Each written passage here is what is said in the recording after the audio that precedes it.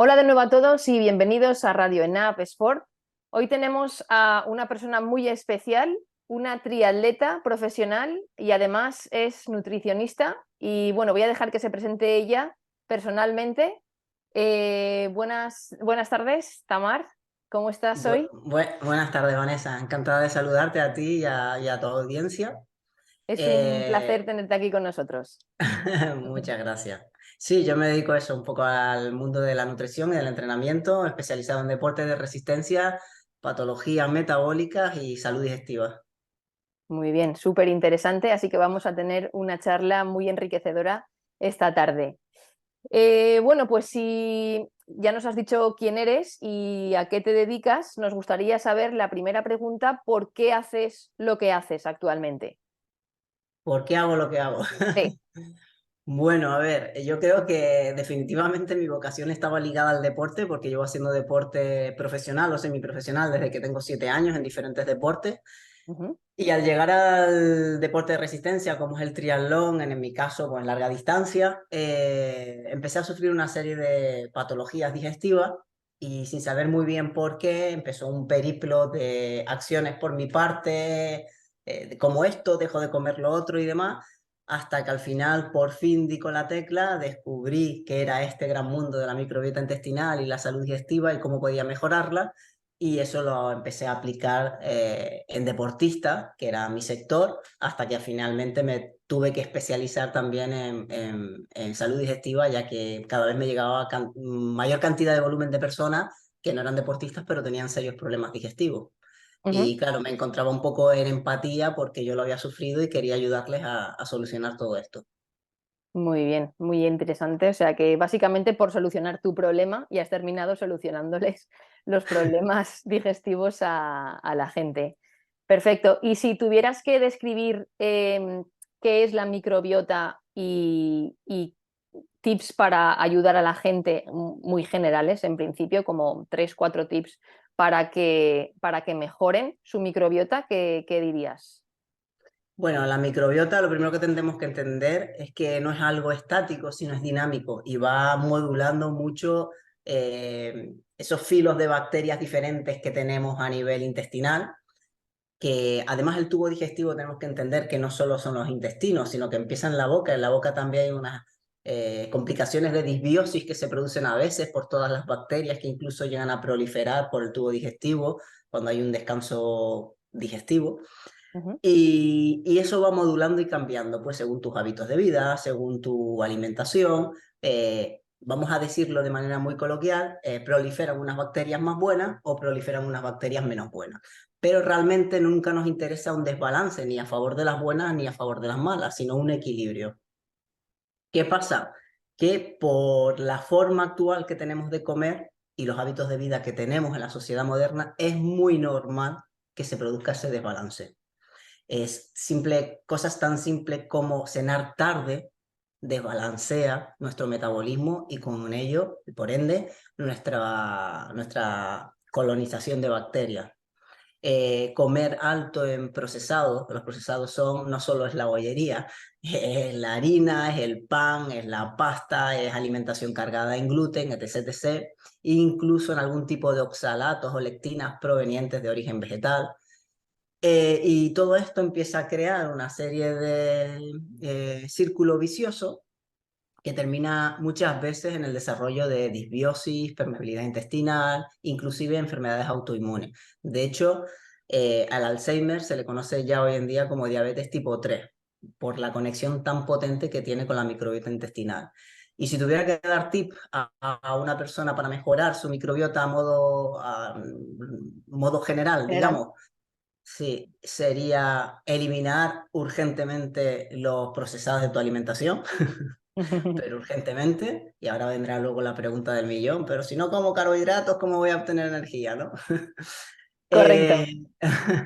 Eh, lo segundo que le diría es que haga un periodo más corto o menos corto de mucha eliminación de alimentos de origen vegetal, porque por desgracia muchos alimentos al principio crean mucha fermentación e inflamación abdominal y eliminarlos al principio nos da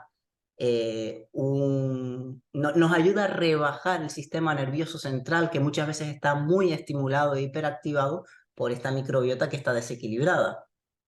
Ujú. Y lo tercero, acudir a un buen profesional que sepa de microbiota intestinal para que trate su caso en concreto, porque no todas las disbiosis son iguales y no todos los desequilibrios intestinales y digestivos tienen que ver con el mismo filo de bacterias. A veces son arqueas, a veces son cándidas, bueno, una serie de patologías más complicadas.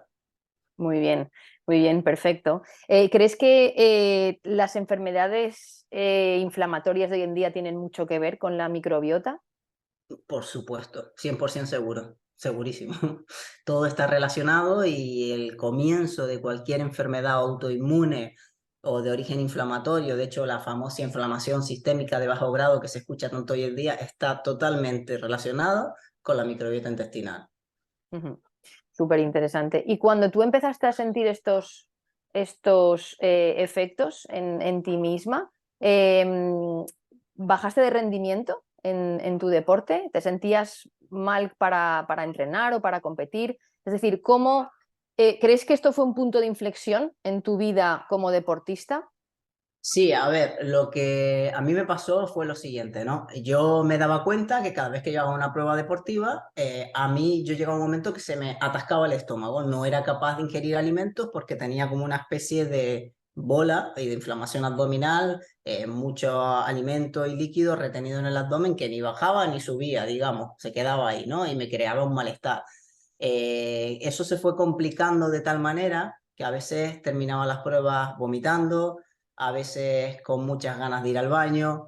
eh, y todo eso decía, bueno, pues será que no sé sufrir, me decían que es que tenía que aprender a sufrir, que era psicológico, bla, bla, bla, bla. Ya. Total, yo me empecé a mosquear cuando eso empezó a llegar también en los entrenamientos. Había entrenamientos que hacía de carrera a pie, porque bueno, en la carrera a pie sabemos que hay un impacto mecánico que te hace rebotar más pues todas las vísceras y demás. Y muchos entrenamientos yo tenía que parar de serie, pues, el típico entrenamiento de 10 de 1000 a carajo sacado, como decimos nosotros.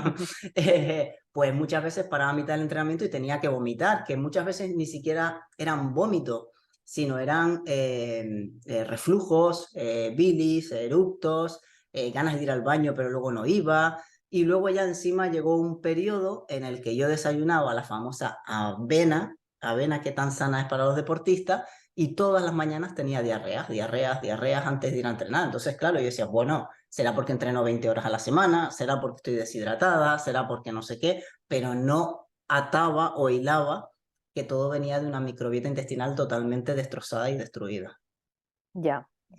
Muy bien, Jolín. Pues entiendo que te pusieras a investigar sobre el tema y la verdad que hay muchas cosas que tenemos que ir aprendiendo porque hoy en día, desgraciadamente, hay mucha gente que sufre este tipo de inflamación, ¿no? O de malestar con el cuerpo y no saben realmente ni qué hacer ni de dónde viene. Entonces, Es eh, que yo te puedo asegurar, Vanessa, que cuando les pido a mis clientes que rellenen el formulario inicial donde hay muchas preguntas sobre salud digestiva, no hay casi ninguno, solo un 1%, que no marca al menos 5 o 6 preguntas de las 10 de ¿te pasa esto? ¿Te pasa esto? Todo el mundo tiene inflamación abdominal tras comer y eso ya es el primer claro indicativo de que algo no va bien. ya, Segundo, mucha gente vive con fatiga y cansancio crónico. No te tienes que levantar cansado. Eso es un bulo. No tienes. Hombre, a ver, si te has pegado el día anterior 4 horas en bici haciendo series, es normal que los músculos estén machacados, pero no claro. tiene que haber fatiga crónica. Eh, Tienes que poder comer, ingerir alimento durante el deporte. Muchas veces pensamos que como, claro, voy a hacer una prueba de larga distancia y estoy 3 o 4 horas en bici o 1 hora y media corriendo, no, mi cuerpo no es capaz de comer o de absorber energía. Eso es falso. Lo que tu Claro, cuerpo no es capaz de absorber según qué energía le metas y según cómo esté preparada esa microbiota y esa salud digestiva para absorber esos nutrientes y en la cantidad adecuada. ya, Eh, Hay una serie de condicionantes que al final te das cuenta porque se repite ya, bueno, la cierta experiencia clínica, te dice es que la mayoría de la gente, por la forma que creemos que tenemos de comer, vivimos totalmente intoxicados y con una salud digestiva destrozada. Sí, sí, sí, es verdad. Y mucha gente, además de todo esto, come rápido, pues come cualquier historia y bueno, ¿tú crees que solo la alimentación afecta a la microbiota o hay otros factores que pueden afectar a la microbiota, aparte de lo que comemos? A ver, nosotros como, como organismo, como seres humanos, tenemos unos genes reloj que están totalmente condicionados por la luz del sol. Y por desgracia en la sociedad actual que vivimos, estamos demasiado expuestos a luz artificial y muy pocos expuestos a luz natural. Y la que regula nuestros genes y le dice a nuestro metabolismo si es hora de comer, si es hora de cazar, hacer deporte, si es hora de descansar, es esos genes. Cuando están atrofiados y se produce la arritmia circadiana que comúnmente conocemos entre los nutricionistas y divulgadores sobre este tema, empieza un cúmulo de mala señalización celular entre unas hormonas y otras. Y entonces ahí también se empieza a desbalancear lo que conocemos como el equilibrio y el panel hormonal. Date cuenta de una cosa, una de las hormonas más potentes antioxidantes que tanto necesita un deportista para su vida día a día y eliminar esos radicales libres y toda esa toxicidad y demás, es la melatonina. Pero lo que la mayoría de la gente no sabe es que la melatonina se produce a primera hora del día, no a última hora. Es decir, si tú te expones a las primeras horas del sol al amanecer, tú produces una gran cantidad de serotonina, que además está relacionada con tu estado anímico, tu motivación, tus ganas de vivir y de hacer cosas. Y esa serotonina, cuando llega a la parte nocturna, si no tienes la luz artificial blanca enchufada en el salón de tu casa, empieza a convertirse en melatonina. Por lo cual, si no hay serotonina, no hay melatonina. Y si hay serotonina, pero tienes la luz artificial enchufada, hay muy poca melatonina. Y ahí empiezan trastornos del sueño, insomnio, mala recuperación, fatiga, calambre, etc, etc, etc. Claro, claro, sí, sí, es que al final es verdad que hay muy poca exposición a la luz solar, estamos con luz artificial, a la gente le cuesta dormir, por lo tanto le cuesta descansar y es todo como un ciclo, ¿no? Es... Exacto. Ujú. Em, Hablemos de dietas cetogénicas y bajas en carbohidratos. ¿Qué nos cuentas de las dietas cetogénicas y bajas en carbohidratos? Primero, ¿qué son? ¿Cómo funcionan? Y si tienen algún beneficio en nuestra salud, em, ¿qué beneficio principal sería? Y en un deportista. Bueno, te he hecho muchas preguntas en una. Iremos estructurando, pero bueno, en principio, ¿qué es una dieta cetogénica? Y si está relacionada con ser una dieta baja en carbohidratos, es decir, que, que hay algo en común entre una dieta baja en carbohidratos y una dieta cetogénica. Vale, a ver, la dieta cetogénica se descubrió, inventó, por llamarlo de alguna manera, con el descubrimiento de que ese tipo de alimentación mejoraba en muchos estudios que se hicieron sobre epilepsia, ¿vale? Empezó por ahí, daba muchísimos beneficios. ¿Qué pasa? Que con el tiempo y los estudios nuevos que han salido en los últimos 20 años, que el que no conozca la dieta cetogénica está muy estudiada de hace más de 20, 30 años, pero en los últimos 10, 15 años se le ha dado mucho boom, está muy basada en respetar el diseño humano. Si tú coges una célula humana y la desgranas y llegas a la mitocondria, que es donde está esa fábrica de energía, te das cuenta que hay una serie de proteínas en la cadena de electrones de una mitocondria, que es la que crea la energía, y la energía que más le gusta a esa célula, a la fábrica de mitocondria, que además está muy relacionada con la longevidad, es la que procede de los ácidos grasos.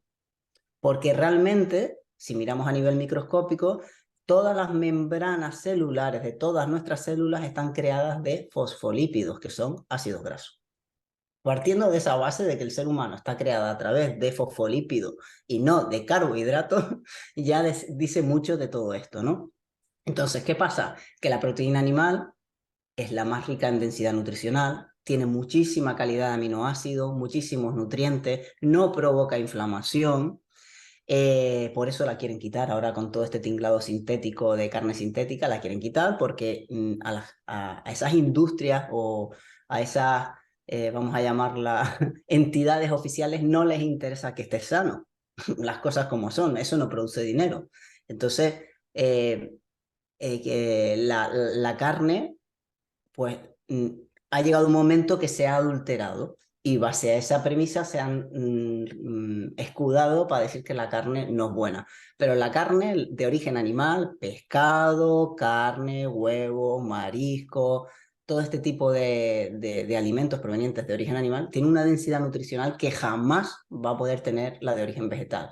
Que no quita para que los alimentos procedentes de origen vegetal tengan su lugar y tengan sus beneficios, ¿vale? Yo no estoy en contra, ni mucho menos, de las dietas de origen vegetal. No creo en el veganismo, aunque lo respeto, pero, oye, cada uno luego que haga lo que quiera con su vida. Entonces, la dieta cetogénica se basa en una alimentación cargada de respetar las células y el diseño humano, alta en densidad nutricional, que aporta poca inflamación a nivel orgánico. Porque al final, si lo piensas bien, una alimentación que hemos creado nosotros en la sociedad moderna actual que causa inflamación, no puede respetar nuestro diseño humano porque nos está creando un mal. Ujú. Entonces, la dieta cetogénica evitaría un poco este tipo de inflamación y que nuestra microbiota pues estuviera alterada, ¿no? Efectivamente. De hecho, es la manera más eficaz con la que se trata la mejoría de la microbiota intestinal, con una dieta cetogénica, muy limitada al principio en vegetales, depende el grado digamos, inconveniente que pueda tener esas microbiotas y lo mal que esté esa salud digestiva. ¿Y es lo mismo una dieta cetogénica que una dieta baja en carbohidratos? Estrictamente no tiene por qué. Al final una dieta cetogénica hablamos de una dieta que restringe totalmente cualquier tipo de carbohidrato, tubérculos incluidos, miel, frutas. De hecho, en la dieta cetogénica no se recomienda incluir fruta, aunque se pueden llegar a incluir algunas frutas, algunas bayas, unos arándanos, de manera muy controlada, porque son muy bajos en fructosa y muy bajos en índices glucémicos altos. Y esto te hace que no salgas de cetosis, también es dependiendo de la persona, no es lo mismo un tío que sale 2, 3 horas en bici y llega y se come 100, 150 gramos de arándano que una mujer que puede estar en casa, bueno, digo mujer, puede ser un hombre, o todo el día sentado en la oficina o en casa sin moverse ni actividad física y se come 100, 150 gramos de estos arándanos. Evidentemente la línea glucémica va a variar. Entonces, de entrada, a una persona con poca actividad física se le recomienda no incluir frutas en dieta cetogénica. En una dieta low carb o dieta baja en carbohidratos estamos hablando pues aproximadamente de 1,5, 2 gramos, incluso 3 de carbohidratos por kilo de peso corporal. Es una dieta muy eficaz para deportistas que necesitan ir bajando poco a poco esa inflamación sistémica o esos problemas intestinales que tienen, pero sin renunciar al consumo de carbohidratos porque están en un periodo a lo mejor de entrenamientos en el que no se lo puede permitir. Ya. Entonces, por ejemplo, una persona que quisiera empezar a hacer cambios en su dieta y que sintiera esta inflamación crónica o inflamación en algún momento de su vida, ¿qué pasos debería tomar para empezar a pivotar un poco hacia este tipo de dietas? Es decir, empezaría con una dieta baja en carbohidratos y quizás luego a lo mejor se inclinaría por la dieta cetogénica o qué pasos debería seguir para... Porque claro, A la gente ver, a lo mejor escucha cosas, lee cosas y de repente pasa de consumir carbohidratos a ya no voy a tomar más. Entonces, claro, ya. no, pero es que me encuentro mal, no puedo hacer esta dieta, ¿no? ¿Cuál es la progresión? A ver, aquí la coyuntura sería la siguiente. ¿Eres deportista de competición o no lo eres? Si eres un deportista de alto rendimiento que entrenas 15, 20 horas a la semana, haces Ironman, corres maratones, quieres rendir, bajar tiempo, pasarte una dieta cetogénica estricta te va a desmontar media temporada. Olvídate, no vas a rendir con una dieta cetogénica de la noche a la mañana y más si vienes de dietas altas en carbohidratos. Tu cuerpo no va a saber utilizar eficientemente las grasas en 2 días. Se necesita un tiempo de meses de adaptación. Hay que entrenar Entonces, al cuerpo, ¿no? efectivamente, en ese caso yo soy partidaria más de una dieta periodizada, que es como suelo llevar yo a los deportistas en esa situación, o low carb, ¿vale? Depende del metabolismo, cuando hago la analítica, veo los parámetros de resistencia a la insulina y demás, voy modulando según el momento de la temporada en que se encuentren. Luego, a posteriori, ya se pueden buscar momentos específicos donde hacer una dieta cetogénica más estricta, donde su rendimiento no sea el objetivo, la prioridad número uno. En el siguiente caso tenemos una persona que no tiene tanta actividad física y si viene por un problema digestivo, de salud, de microbiota y demás, yo directamente lo mandaría a una dieta cetogénica estricta, porque aunque los 3 primeros meses su rendimiento pueda verse un poco afectado, que no a todo el mundo le pasa, pero hay gente que lo nota más, hay gente que lo nota menos, lo que van a ganar en salud va a ser una barbaridad, pero una barbaridad. Entonces es preferible sacrificar un poquito el rendimiento al principio y mejorar tu estado de ánimo, tu energía, tus digestiones, y luego ya habrá tiempo de meternos en una low carb y darle caña o periodizar algún día un poquito de ingesta de carbohidratos, etc, etc. O no, hay gente que no quiere volver casi a probar los carbohidratos nunca más. Para mí es un error porque yo cuando hablo de carbohidratos siempre hablo de carbohidratos real, de tubérculos, de miel, de algunas frutas, etc, etc. No hablo de pasta, de procesados, ni nada de eso. Bueno, pues siguiendo un poco con este tema de las dietas bajas en carbohidratos y la dieta cetogénica, ¿qué efectos puede llegar a sentir una persona cuando cambia su dieta y empieza a reducir hidratos de carbono eh, en su dieta día a día? Eh, bueno, pues si es deportista, lo primero que va a sentir es falta de energía, porque su cuerpo está muy dependiente, muy acostumbrado a que entre glucosa proveniente de los carbohidratos y la utilice como energía. Entonces es una forma de combustible muy rápida. ¿Qué pasa? Que cuando hacemos una depleción de glucógeno muscular y no introducimos carbohidratos, el cuerpo dice, Ea, ¿qué pasa aquí? No tengo glucosa, bueno, en este caso glucógeno, para recurrir de la masa muscular y no tengo carbohidratos que están entrando de manera endógena y no tengo, perdón, exógena y no tengo energía para descomponer.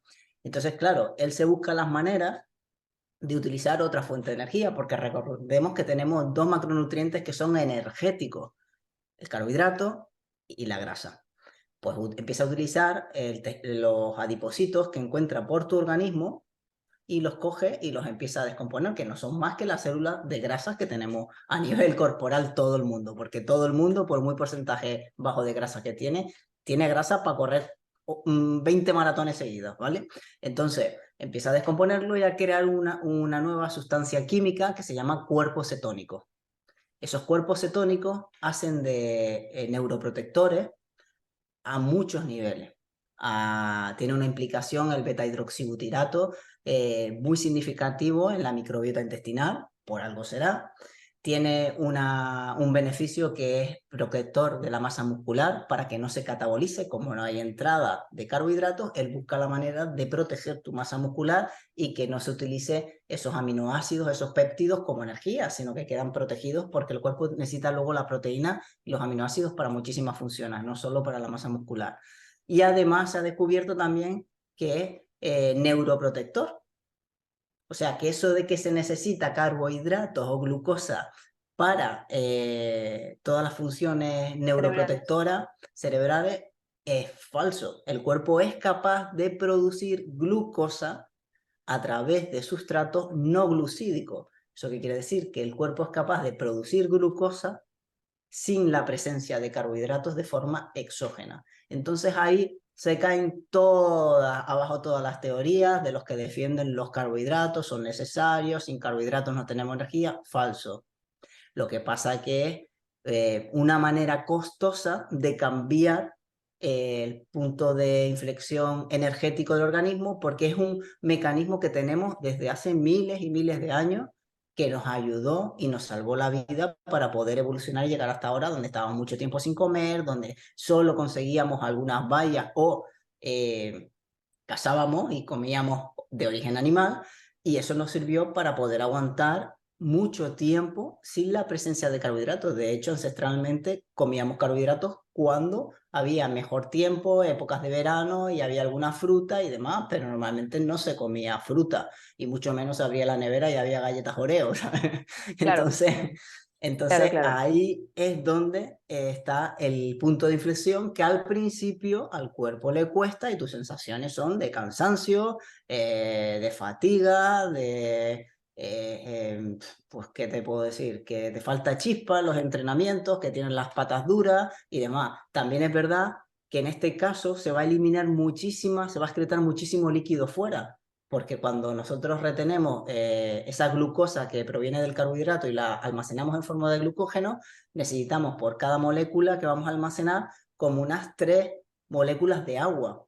Cuando no hay glucógeno que retener a través de ese carbohidrato, de esa glucosa, empezamos a echar mucho líquido. De hecho, una de las sensaciones las primeras semanas en dieta cetogénica es que empiezas a orinar un montón.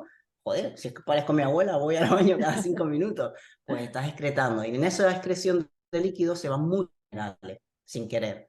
Que estamos hablando de magnesio, de sodio y demás. Por eso es muy importante que en dieta cetogénica la hidratación con electrolitos minerales a través ya sea de agua de mar o con electrolitos de calidad sea muy predominante. Tiene que estar sí o sí porque se van a excretar muchos minerales y eso pasa al principio hasta que el cuerpo ya poco a poco se empieza a adaptar.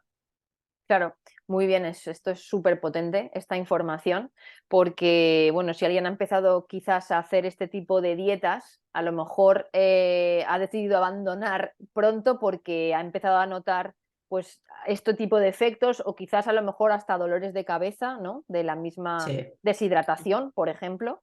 Y entonces pues piensan que esta dieta no está hecha para ellos y tienen que saber que, pues, que hay efectos que son normales, ¿no? Que van a pasar por Sí, ahí al principio. Pues, de hecho, Vanessa, perdona que te corte, pero dime. esto es lo que acabas de decir, es lo más normal que le pasa a todos los deportistas, que dicen, es que la dieta cetogénica es una mierda, no sirve. No, no, no, no.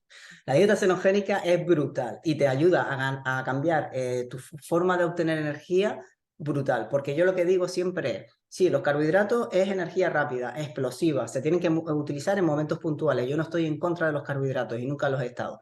Ahora bien, Ya, es simple. Si tú tienes 2 fuentes de energía, ¿por qué te quedas con una? claro, Al utilicemos las igual, dos. al igual que los pro carbos solo quieren carbos, carbos, ¿por qué? ¿Y si te quedas un día en medio de una etapa del Tour de Francia sin glucógeno muscular en las piernas? ¿De dónde va a tirar tu cuerpo? No sabe utilizar grasa, por ejemplo. Que no Claro. estoy diciendo que el Tour de Francia se te haga correr sin carbohidratos, ni mucho menos. Pero ahí es donde va la cuestión. Sí, sí, es simplemente pues optimizar más tu cuerpo, ¿no? Saber qué es lo que funciona y luego, pues bueno, obviamente cada uno ya decide por dónde quiere tirar, pero hay que saber que tenemos dos fuentes de energía. Y de hecho, como tú has comentado anteriormente, nuestros ancestros utilizaban la mayoría del tiempo energía que provenía de las grasas realmente, no de los carbohidratos. O sea que estamos genéticamente más preparados para eso. Sin embargo, quizás hemos ido evolucionando eh, ingiriendo más carbohidratos que quizás grasas, ¿no? Y hemos acostumbrado al cuerpo a funcionar con energía que proviene de la glucosa. Entonces, Y a dónde nos ha llevado? ¿y a dónde nos ha llevado? A una pandemia, a la mayor pandemia de la historia de la humanidad en problemas metabólicos. Sí, Diabetes tipo 2, que la diabetes tipo 2 no es genética, la diabetes tipo 2 viene de una mala alimentación y se puede revertir, que esto es una cosa que me cabrea mucho. Se puede revertir porque yo lo he logrado en paciente. El hipotiroidismo viene de unos malos hábitos de vida y de una mala alimentación. El Hashimoto, que es una enfermedad autoinmune desarrollada a través del hipotiroidismo y la permeabilidad intestinal, viene de nuestra forma de comer. Lo que a mí me pasó, la resistencia a la insulina y la prediabetes que desarrollé como deportista, viene de una mala alimentación, de un abuso en exceso de los carbohidratos. Tenemos una pandemia de obesidad, no solo en adultos, sino en población infantil. sí, sí. Es acojonante, Sí, acojonante. es muy triste porque la verdad que, sobre todo ahora que comentas, ya no solo los adultos, que también, pero el tema infantil da bastante miedo, porque claro, estos niños en algún momento serán adultos. Entonces, si ya empezamos así desde pequeños, ¿dónde vamos a llegar? Entonces, la verdad que En nuestra época, Vanessa, había una persona en clase sí, con sobrepeso. sí, sí, Ahora yo hay siempre utilizo ese ejemplo.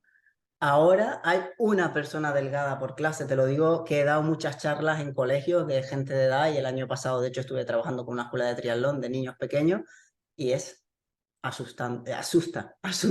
Asusta, la verdad que sí. A ver si entre todos podemos un poco educar a la población a entender un poco pues todos estos temas y revertir este gran problema, ¿no? Yo tengo claro una cosa, yo quiero llegar a los 80 corriendo todos los días de mi vida, lo Claro. tengo claro, y no tomándome 5 pastillas o 20 al día, lo Ujú. tengo muy claro. Claro, eso sí, eso por supuesto que obviamente cada uno hace con su vida lo que quiere y todo es respetable.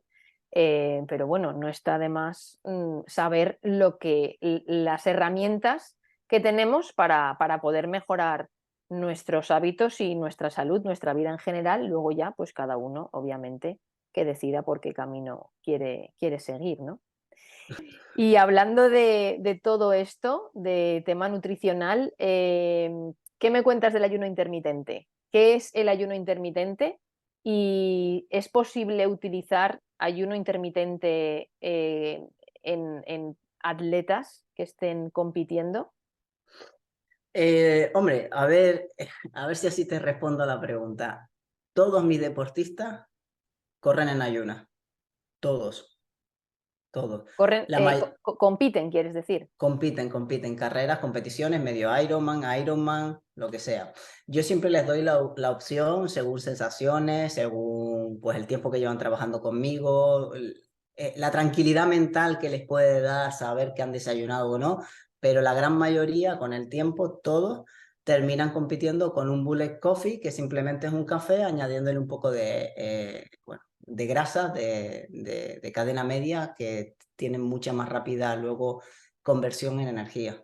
Creo que me respondes a mi pregunta. Y hombre, Eh, el ayuno intermitente al final es una herramienta brutal que nos ayuda a tener muchísima descanso intestinal para activar un proceso que se llama el complejo motor migratorio.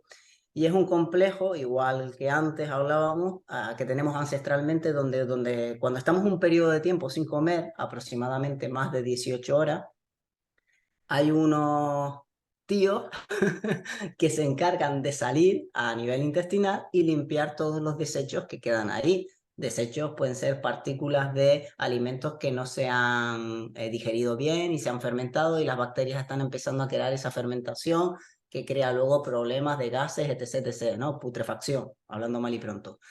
De reparar algunas células que estén dañadas y sean importantes o partículas de aminoácidos que sean importantes arreglarlo para si no tirarlos a la basura, como el que sale a limpiar la casa, ¿no? ¿Qué pasa hoy en día?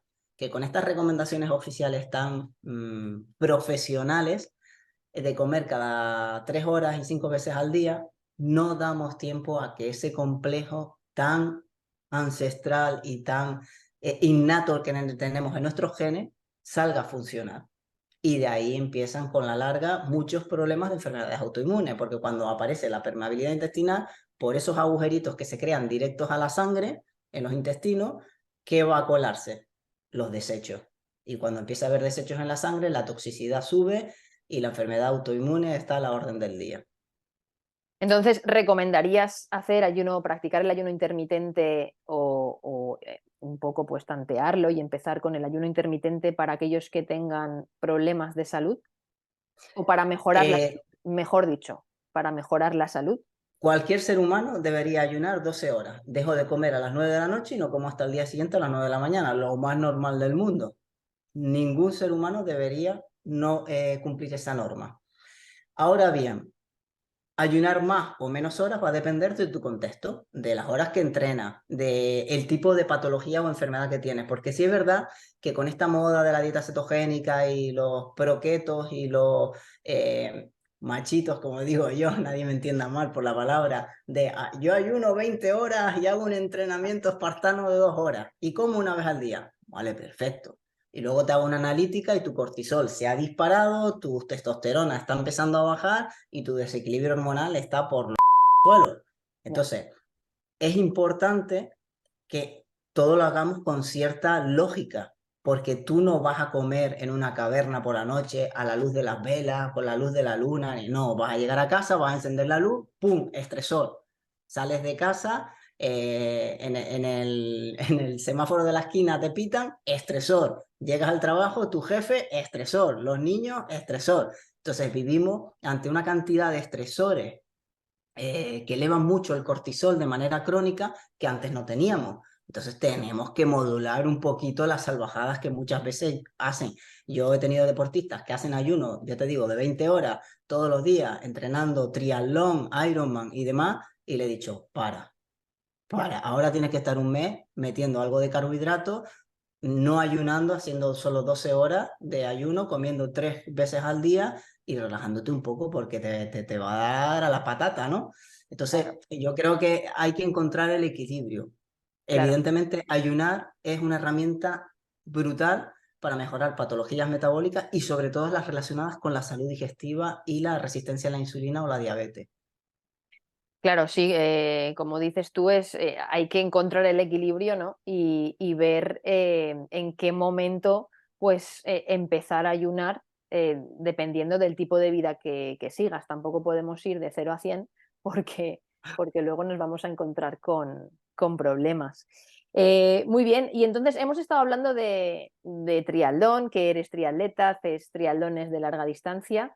¿Nos puedes, para ponernos un poco en contexto, para poner a la audiencia un poco en contexto, hablar de las modalidades de triatlón? ¿Qué modalidades hay y en cuáles compites? Y un poquito de qué distancia estamos hablando. Bueno, en triatlón las 4 distancias más conocidas, aunque ahora cada vez hay más distancias de estas inventadas, Sí, como digo yo, sí, tenemos la distancia sprint, la olímpica, la medio Ironman, que es la half, y la distancia full o Ironman. distancia Ironman, ¿no?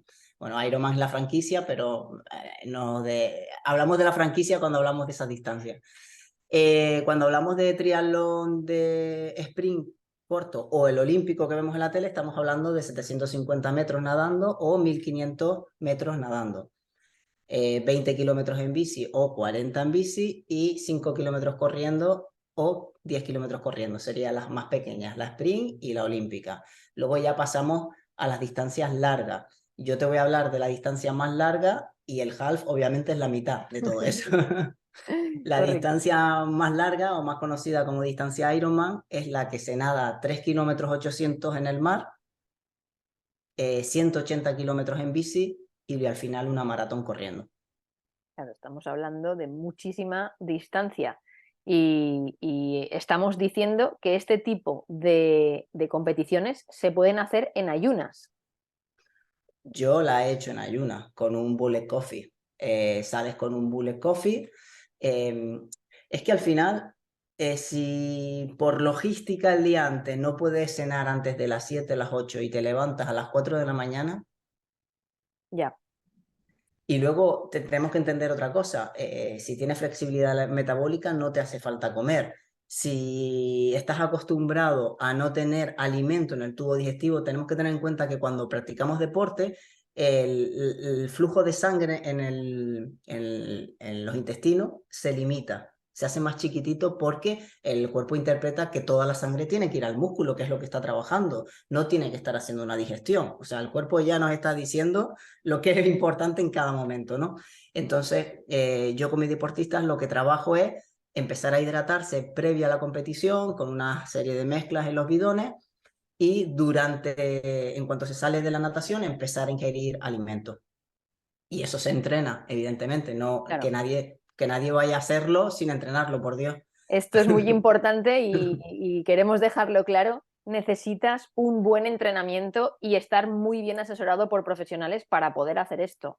No Efectivamente. pretendamos ir a un Ironman ni a un half, ni siquiera vamos, a ninguna prueba. De repente no he hecho nunca ayuno y ahora voy a ayunar y voy a competir o voy a jugar un partido de fútbol entero, por más corto que sea comparado con estos Sí. tiempos. en ayunas, porque pues probablemente te desmayes para empezar, ¿no?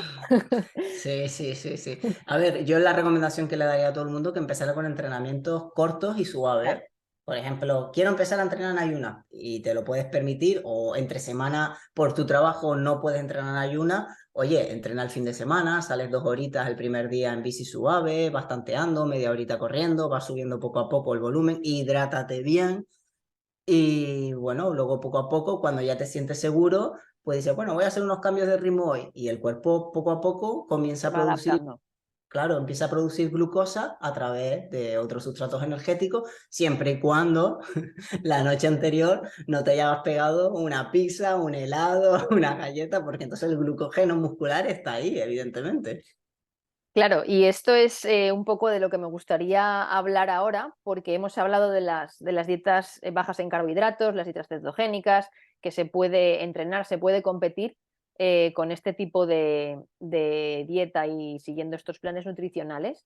Pero bueno, hasta no hace mucho, y obviamente hay deportistas que siguen todavía este tipo de dietas, se utilizaban dietas altas en carbohidratos para competir. De hecho, se planificaba como una carga de carbohidratos y se sigue planificando, digo, porque hay deportistas que lo siguen utilizando previo a competición, sobre todo en triatlón. Yo también hacía triatlón hace ya muchos años y bueno, realmente es lo que hacíamos, ¿no? Antes de una competición, normalmente una semana antes empezábamos la carga esta de carbohidratos progresiva y aumentábamos de intensidad los entrenamientos para ir vaciando bueno, primero aumentábamos de intensidad de entrenamientos y vaciábamos depósitos de glucógeno y luego pues disminuíamos intensidad de entrenamientos y empezábamos a cargar carbohidratos para llegar a la competición con la máxima energía posible proveniente de los carbohidratos. Me gustaría hablar un poco qué efectos, ya hemos dicho un poco, ¿no? ¿Qué efectos puede tener esto en el organismo, este tipo de carga de carbohidratos previo a la competición? Y en el caso de seguir una dieta baja en carbohidratos y cetogénica, ¿hay algún tipo de estrategia que se siga previa a la competición, igual que se seguía este tipo de estrategia si o que se sigue este tipo de estrategia si utilizas una carga de carbohidratos? No sé si me he Vale, a explicado ver, bien. sí, creo que sí. A ver, lo que está claro que a mí lo que me parecía una verdadera barbaridad era estar 3 días previos a una competición o un Ironman cargando carbohidratos, porque al final llegaba el día de la salida y casi que no te entraba ni el neopreno de lo inflamado que estaba, de lo retenido de líquido que tenía, que yo decía, Dios, pero pues ¿cómo estoy tan gorda, tan hinchada si es que... Pues bueno, luego te dabas cuenta que en cuanto llevas 2 horas de prueba, todo eso se iba vaciando porque es mucha retención de líquido al fin y al cabo, ¿no? Que volvemos a lo mismo, cuando hay tanto vaciado de líquido, también corres el riesgo de que pierdas muchos minerales. Ahora lo sé, antes no lo entendía, ¿no? Te deshidratas Eh, más. efectivamente. Entonces, respecto a las consecuencias de una persona que es muy glucodependiente y necesita mucho el carbohidrato, la consecuencia está clara. Necesitas consumir carbohidratos cada 30 minutos, porque si no las hipoglucemias van a ser brutales. Ahora bien, espero que tu estómago aguante durante 10 12 horas o 16, la gente que va un poco más despacio, eh, ingiriendo carbohidratos cada 30 minutos y no explote por algún lado tu estómago, tu tubo digestivo, porque lo más probable es que explote por algún lado. Y cuando ya no puedes ingerir carbohidratos y tu cuerpo solo sabe utilizar carbohidratos, amigo, viene el del mazo y te cuenta un cuento. Y ese es el mayor problema que tienen muchos deportistas. Por eso se habla, o pues sí, se habla porque se sigue hablando de los 100-120 gramos de hidratos de carbono la hora entre los deportistas profesionales. Pero yo siempre digo, ojo, los deportistas profesionales, aunque no lo cuenten todo, no entrenan todos los días consumiendo 100 y 120 gramos de hidratos de carbono. Que nos olvidamos muchas veces que esta gente tiene médicos y nutricionistas detrás y hacen estrategias y la sé de buena tinta porque sé de deportistas profesionales que hacen muchos periodos cetogénicos al año. Entonces, un deportista que trabaja su flexibilidad metabólica en dietas más bien moviéndose en low carb o incluso cetogénicas en algún periodo, como hago yo con mis deportistas, pues cuando llega al... A ver, es un poco de complicado contar. previo a la competición, yo hago dos trabajos. Uno, la mejora de la flexibilidad metabólica y dos, preparar el tubo digestivo para poder meter carbohidratos, ¿vale? ¿Por qué? Porque como te comentaba antes, la microbiota modula según la alimentación que le vas dando durante un tiempo y va modulando. Si tú solo le das proteínas y grasas, el día que metas carbohidratos, le va a costar a esa microbiota intestinal digerir esos carbohidratos. Entonces, como te decía al principio, en el equilibrio está la clave, ¿no? Ya. Entonces, es muy interesante hacer pequeños periodos de entrenamiento del sistema digestivo respecto a los carbohidratos previo a la competición, para que tu microbiota intestinal, tus bacterias estén preparadas para descomponer esos polisacáridos que va a tener que descomponer. Y otro periodo donde sensibilices un poco a la insulina para que cuando entre ese carbohidrato el cuerpo sea capaz de guardarlo, tirar de grasa y solo utilizarlos cuando los necesite. Es que es un poco complicado de explicar. Entonces, cuando nos acercamos a la competición, si todo eso se ha dado correctamente, la competición, yo personalmente soy partidaria y es la mejor protocolo que me ha venido con mis deportistas, reducir en gran medida el carbohidrato 7 días previos aproximadamente y hacer carga solo 48 horas antes. Es más que suficiente porque un deportista muy sensible a la insulina es capaz de cargar muy rápido, porque protege mucho más su glucógeno muscular que una persona que lo gasta hasta por respirar. Ya. Ujú. Muy bien. Pues súper potente todo esto para estos deportistas que quieran pues ver otro enfoque, ¿no? De diferente, si están simplemente cargando con carbohidratos y quieren pues experimentar beneficios sobre este tipo de nutrición, no solo a nivel de salud, sino a nivel de rendimiento deportivo también, ¿no? En- A mí me ha cambiado la vida, yo no lo cambio por nada del mundo. Por algo será, ¿no? Por algo será. Dinos, cómo es un día en tu vida como deportista y, bueno, como profesional también? Pues ahora mismo más mi vida es más un día de profesional que deportista. Pero bueno, básicamente, bueno, te cuento un día de mi vida cuando era mucho más deportista de competición, hace pocos años, hace 2 años o así, y te cuento un poco más ahora cómo es. Ahora Vale. mismo, como deportista, era un poco levantarme, tomarme mi café o el bullet o lo que sea, salir a entrenar, hacer las estrategias que consideraba más carbohidratos, menos carbohidratos, llegaba, descansaba, comía, etc. Y por la tarde volvía a entrenar. Vivía por y para el triatlón. Ahora mismo y periodizaba mucho, fue cuando empecé ya al final a periodizar mucho el carbohidrato según el tipo de entrenamiento que tenía cada día, ¿vale? Porque siempre me ha gustado mucho lo del ajedrez y siempre iba como jugando y creando estrategias a lo largo de la semana según el momento de la temporada para, con todas estas herramientas que hemos hablado, pues obtener el mayor beneficio posible, ¿no? Y luego ahora como profesional, pues intento más respetar o encontrar ese equilibrio con mis hábitos de vida, que antes no los tenía tan en cuenta como cuando eres deportista, lo único que quieres es rendir, rendir, comerte los Sí. kilómetros y ya está, ¿no? Ahora respeto un poco más pues mi equilibrio como ser humano y como persona, y bueno, y mi relación también de pareja, evidentemente. Entonces ahora me levanto muy temprano, me pongo luz roja para trabajar. Tanto en las pantallas del ordenador y demás. Me levanto a las 5 de la mañana, me pongo a trabajar con un café. A las 7 7 y pico, cuando empieza a amanecer, pues para mí es innegociable, me voy a correr mientras me da la luz del sol. Intento, si la temperatura lo permite, porque ahora donde vivo, pues en pleno invierno es un poco más dificilillo, Más eh, complicado. quitarme camiseta y demás para recibir la mayor cantidad de sol posible. Esos rayos rojos e infrarrojos tan positivos a nivel de hidratación celular. Y así sincronizo mi genes reloj, de los que hablaba antes también. Cuando termino de correr, me quito las zapatillas, camino un rato por el césped para practicar un poco de grounding. Llego a casa, me ducho. Y si voy a hacer un segundo entrenamiento de fuerza, principalmente, o natación al mediodía, desayuno después de ese entrenamiento, y si no, me tomo un bullet coffee y sigo trabajando. Entonces ya, aunque el bullet coffee sí rompe el ayuno, me da un puntito de energía extra, me sacia y aguanto hasta la hora de la comida. Luego a la hora de la comida soy de comer bien, rico en proteínas y grasas, y es el momento ideal para mí si quiero meter ese día un poco de carbohidratos, ya sea proveniente de un poco de miel, un poco de fruta, un poco de tubérculo, y a la noche pues soy selectiva. Ceno o no ceno, dependiendo de si quiero hacer un ayuno más largo, de no me gusta cenar, sinceramente. Odio cenar porque me he dado cuenta que el mejor ayuno que me viene personalmente a mí es respetar el ayuno nocturno.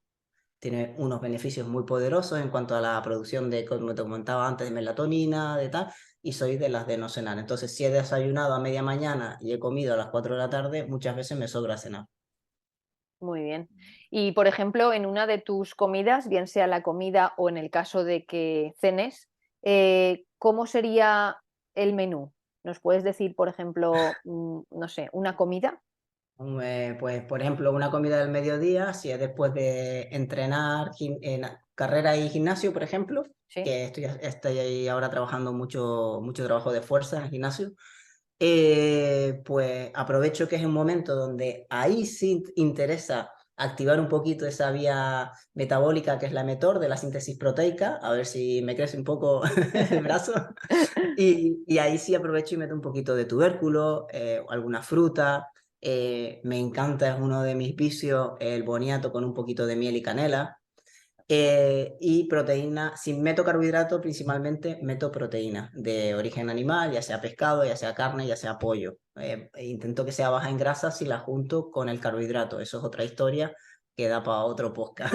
Eso sí, sí. Y si ceno esa noche y he metido carbohidratos y proteína, aprovecho la noche para meter mayor cantidad de grasa, porque recordemos que es muy importante, y sobre todo en la mujer, que haya al menos 1 gramo de grasa por kilo de peso corporal para que toda la producción hormonal se dé adecuadamente. Y esté equilibrada, ¿no? Imagino. Exacto. Y por la noche, pues bueno, me gusta mucho meter huevos, salmón.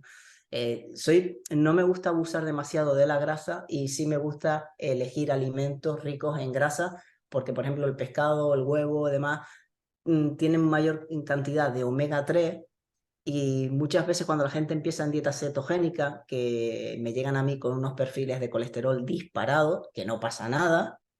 El colesterol en sí no es malo, tiene que ver, para que haya riesgo cardiovascular, tiene que ver otros parámetros, pero bueno, para no enrollarme, me gusta mucho obtener la grasa de los alimentos que están muy cargados de omega 3, como en este caso la sardina, el salmón, los huevos, bueno, un El, mi- sinfín de alimentos.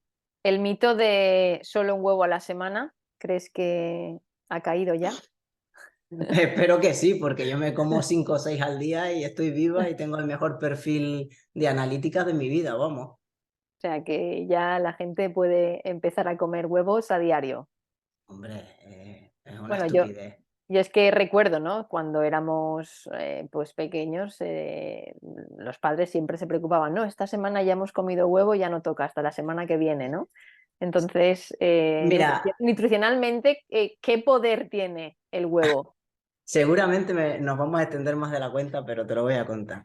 En los 80 hubo una guerra, la industria de la grasa y la industria del azúcar, ¿vale? ¿Quién ganó la guerra? El azúcar. Y dijeron que las grasas eran malas. Y hoy en día sabemos que el riesgo cardiovascular no lo da el colesterol en sí, porque el colesterol es súper necesario para una cantidad de producción hormonal, entre ellas la vitamina D, indispensable para tu sistema inmunitario. Ahora con lo del COVID, además, la gente ya lo tiene todavía más claro.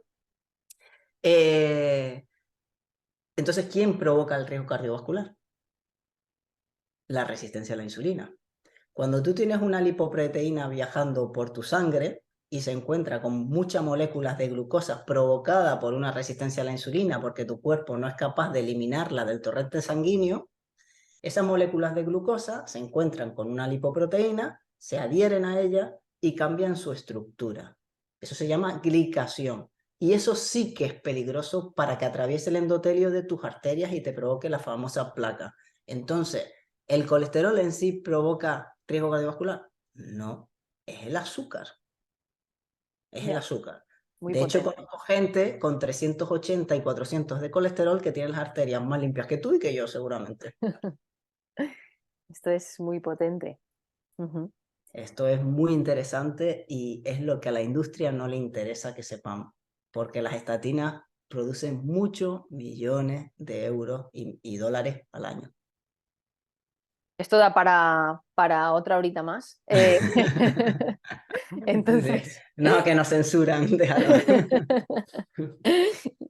Eh, bueno, pues ha sido una conversación súper enriquecedora. Me ha encantado hablar contigo hoy. Quería darte las gracias otra vez por venir al podcast y por dedicarnos este tiempo que seguramente estás súper, súper ocupada. Si nos puedes decir dónde te puede encontrar la audiencia, dónde te puede seguir, yo lo voy a publicar igualmente. Estará aquí abajo, pero si quieres nombrar un poco dónde te pueden seguir por redes sociales. Mira, yo siempre digo, Vanessa, que me da igual que me sigan a mí u otros divulgadores, pero que sigan la verdad, que ya está bien, de que nos manipulen tanto. Estoy cansada de ver cómo hay gente que está perjudicando su salud.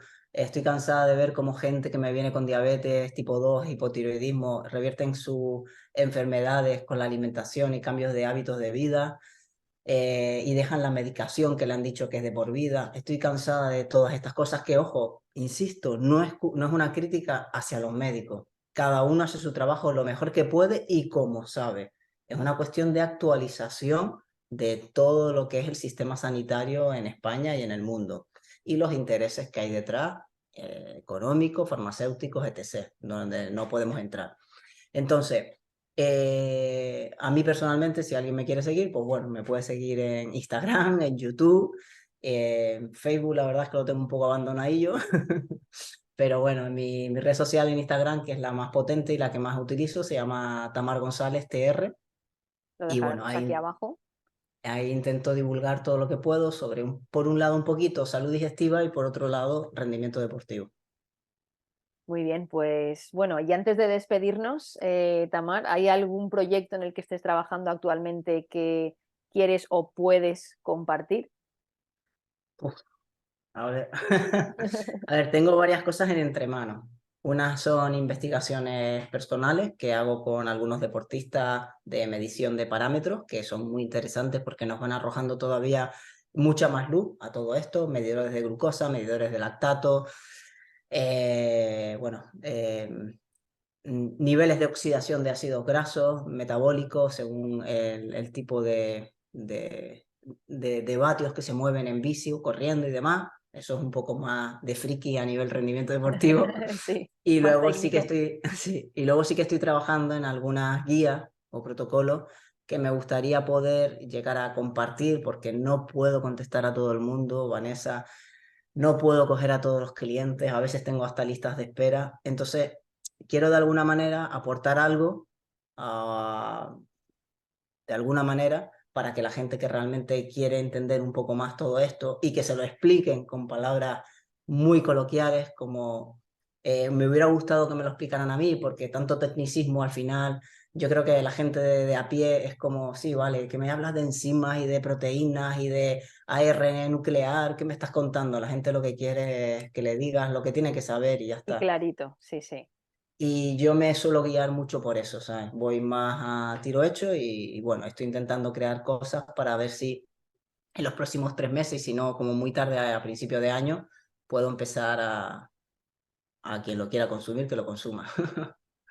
Muy bien. Pues bueno, dejaremos el contacto aquí abajo, como he comentado anteriormente. Muchísimas gracias por aceptar nuestra invitación y por esta charla súper enriquecedora de hoy y esperamos que hayamos aportado un granito a toda esta montaña que tenemos aquí. Muchísimas gracias a ti por la invitación.